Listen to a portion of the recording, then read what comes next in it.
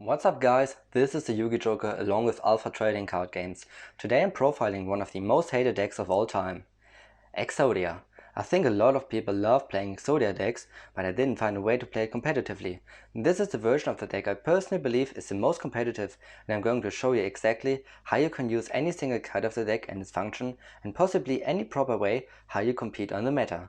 So for the beginning, subscribe to the channel, leave a like if you enjoyed the video, and comment down below what you think helps best beating the meta. Let's begin.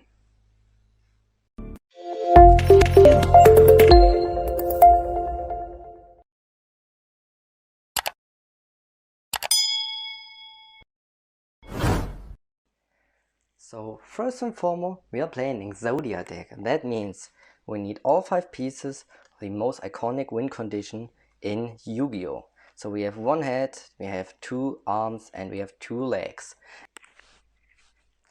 So the next monster card we are playing is DD Guide. Yes, we are playing in a Mystic Mine version, but to be honest, it's the best way of playing this deck. So DD Guide, who doesn't know this card, its effect says if this card is normal summoned, you can change the control of this card. So your opponents always have a monster if this card is in your hand. So the Mystic Mine on the field doesn't get destroyed when this card is summoned. We are playing 3 Mystic Mines. And yeah, I know this card should be banned. I totally agree with you, this card should totally be banned or at least limited to 1. But as long as it has 3, why not just use it? And as long as your opponent controls more monster than you, he is not allowed to attack or activate monster effects, and we need this to stall the game out. Let's get to the draw cards of this deck, and like I said, we're playing the most competitive version of Exodia, and that's why we're playing 3 Pot of Extravagance. You know, this is literally the best draw spell for any deck that doesn't use the extra deck at all. So we don't care about it, we just banish 6, draw 2 cards, be happy, and lock our opponent out of the game. Next up, we're playing only 2 Pot of Duality, because we want to have around a 40 card deck. This card is only add 1, while Extravagance is a draw 2. So that's why I'm playing 3 Extravagance and only 2 of this card.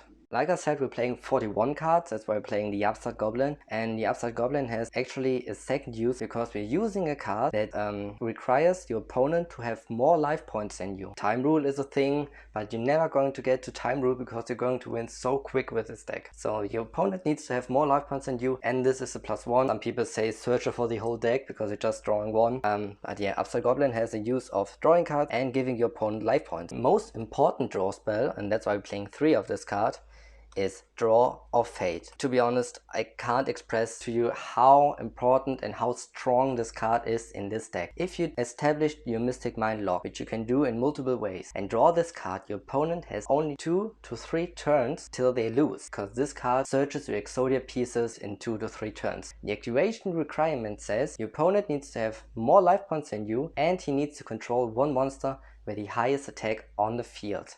Well, this is probably easy since you're not playing any monsters. Most likely will have more life points than you since you're playing counter traps, playing Upstart Goblin, which gives your opponent LP, and you're playing Final Countdown, which costs LP. So you have multiple ways of actually getting your life points below your opponent. And what it does is you choose 3 cards out of your deck, you put them in a random order on top of your deck, and you draw 1. The backlash to this card is you're only allowed to activate 1 more card this turn, and you're not allowed to set any more cards. But most likely you're going to use this card at the end of the turn, you're going to stack your deck, you draw 1. If you establish the Mystic Mine lock, you're going to put 2 Exodia pieces on top of your deck and 1 of this. So this is why this card is so important, this is why this card is so amazingly strong, and I love this card so much. Getting right into the cards that protect your Mystic Mine while it's on the field, and the first one to do so is of course Prohibition. My main 3 targets to blind call if I don't know what I'm playing against is Cosmic Cyclone, which is one of the most prominent spell and trap removal in the main decks that you can call, even things like archetype specific things if you know what you're playing against.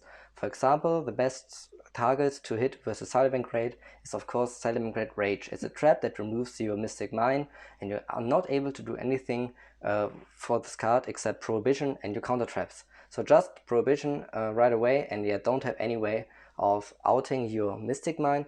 The next pseudo protection card for Mystic Mine is Oracle of Goddess Gold, And yeah, you know what this card does. It alters the order of the top 3 cards of your opponent's deck. You're telling your opponent what to draw, and if you're not able to draw any outs to Mystic Mine, it just makes you win the duel even easier.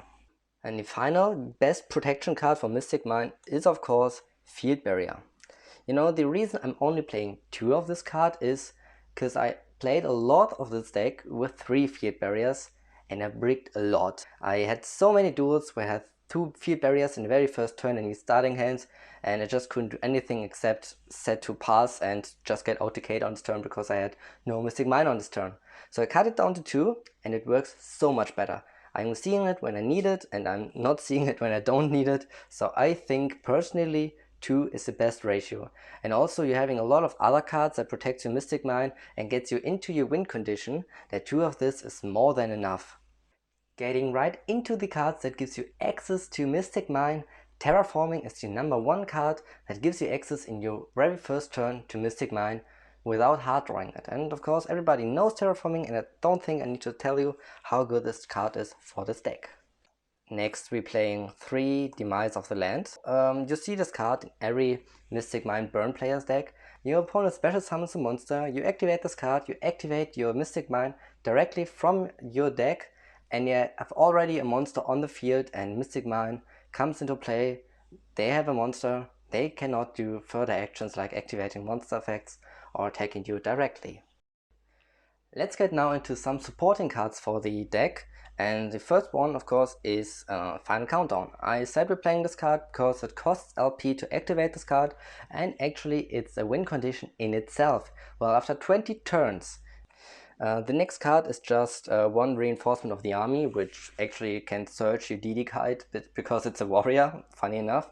And well, that's why it's not too bad that we're playing 41 cards, because 2 cards are reinforcement of the army and Upstart Goblin. So they are literally not clogging in your hand, and they are actually good if you draw them. So the next card is kind of interesting because I'm main decking 3 Dark Ruler No More. And you're probably wondering, why are you main decking Dark Ruler No More if your Mystic Mine already negates all monster effects, or prevents them from activating, better to say. Well, you might not always win the dice roll. Your opponent might win the dice roll, and your opponent might play something like Pendulums and Demians or an Emancipator and have multiple negates on the field. Well, not a lot of decks that has these big combo plays have counter traps in their disposal. So that's why Dark Ruler No More is such a good card, because the opponent cannot react with monster effect to this card. And if they established a big board with 6, 7, 8, 9 plus gates, you just use this card, place your Mystic Mine on the field, and they're just stuck. They have powered all of your resources out, they have all the monsters on the field, and you just place your Mystic Mine on the field, and they have no way of outing it. Well, in your opponent's face, you don't have Mystic Mine on the field, or you don't have Field Barrier to protect your mine from destroying itself in the end phase, or DD Guide to protect it. Just set Metaversum if you have it in your hands, and in your opponent's face, you can use this card to place the Mystic Mine on the field. And last but not least, the last 3 cards in our deck, we have some actual negates. We have 3 Solemn Judgment. Well, it's an Omni negate, it costs life point, which is amazing for Draw Fate, and it just negates cards like Cosmic Cyclone, Twin Twister, Evenly Matched, and Lightning Storm. So the main cards that outs this deck. So guys, that's it for the main deck. It's a 41 card main deck, and like I said, it's a deck that doesn't even care that it's over 40 cards. It's consistent as hell, and it takes you wins by surprise. And to be honest, I took the idea to surprise your opponent with some cards of your deck to the side deck, and included cards that might surprise your opponent as well. And the first card is Dimension Shifter. Well, actually I like this card going second against every combo deck and against some grind decks as well. For example, against Salamangreat, they are not able to set up traps because they cannot send them with Gazelle. Against an Emancipator, it's very good because they're not going to end on the same board as they're going to be without Dimension Shifter resolved, and it just stops whole turns of some decks. For example, against Invoked, just some Magnite Invoke for example, they are not able to use the invocation because the Alistair when they link it away, for example for Almirage and stuff like that, they're not able to fuse with this Alistair. So this card just takes the opponent by surprise and can literally win your games alone. So the next card I want to talk about is just the opposite of Dimension Shifter, and I guess you know what I'm talking about. Dimension Shifter banishes your opponent cards, and this card prevents your opponent from banishing. And this is Artifact Landseer. And I honestly think this card can have some pretty good use in the side decks this times, and I saw some online decks actually maining this card as a hand trap, because for example Eldritch cannot plus off their spells and traps in the graveyard, and Emancipators cannot use Block Dragon or Gargantus to extend their boards, and some other decks actually use Evenly Matched in the main deck, and you protect yourself from Evenly Matched just by using Artifact Landseer. So this card has so many uses, and even against Orcus. Orcus is getting some hype right now, and this card helps a lot against Orcus. It did in the past, and it does right now, so this card is very good. So the next few cards I want to talk about are just your going second side deck cards that are just meta staples. So the first one is Lightning Storm. I don't know if I need to say a lot about this card. It just blows out back row decks if they don't have hard negates like Solemn Judgment or Imperial Order and stuff like that. And this card is even good against some of the combo decks, because a lot of players don't think about Lightning Storm and just leave their monsters in attack position, so you can just destroy them with this card. So for the next card, we need in our side deck cards that do very much without a lot of investment, and of course I'm talking about Evenly Matched. If they don't have a way of actually negating this card, you're going to win the duel again. So many auto-win cards with this deck, and yeah, I think personally that Evenly Matched right now is the better board wipe card. That's why I'm opting to play 3 of this and only 2 of Lightning Storm.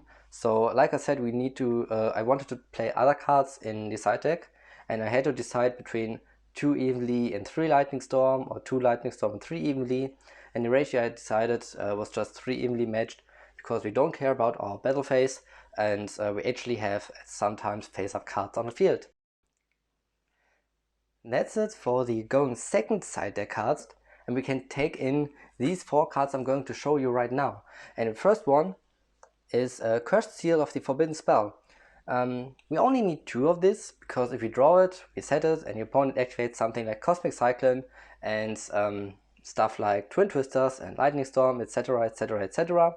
And this card prevents them from activating the same card with the same name again. And the last 2 cards I want to talk about, just some, like I said again, surprising cards, and cards that put your opponent under pressure, because you're playing Cauldron of the Old Man. Yeah, I'm only playing 2 because of course it's at 3 we put it as our win condition, but Exodia is our win condition, if you know what I mean. It's just supporting the aggro of this deck by just putting your opponent under pressure, because this card puts a counter on your life on the life points on your opponent, and just decreasing them step by step by step by step. And you can actually take out your Draw Fate if you want think this card is better, and actually for time play, and just taking out all the cards that costs LP except for Solemn Judgment, and just put in Cauldron of the Old Man, just to increase my life points or decrease your opponent's life points in time. And this is just some sneaky way of winning the duel again. So that's the deck, guys. I hope you enjoyed the video. If you did, hit the like button, leave a comment about your thoughts, stay safe, and we'll see you next time.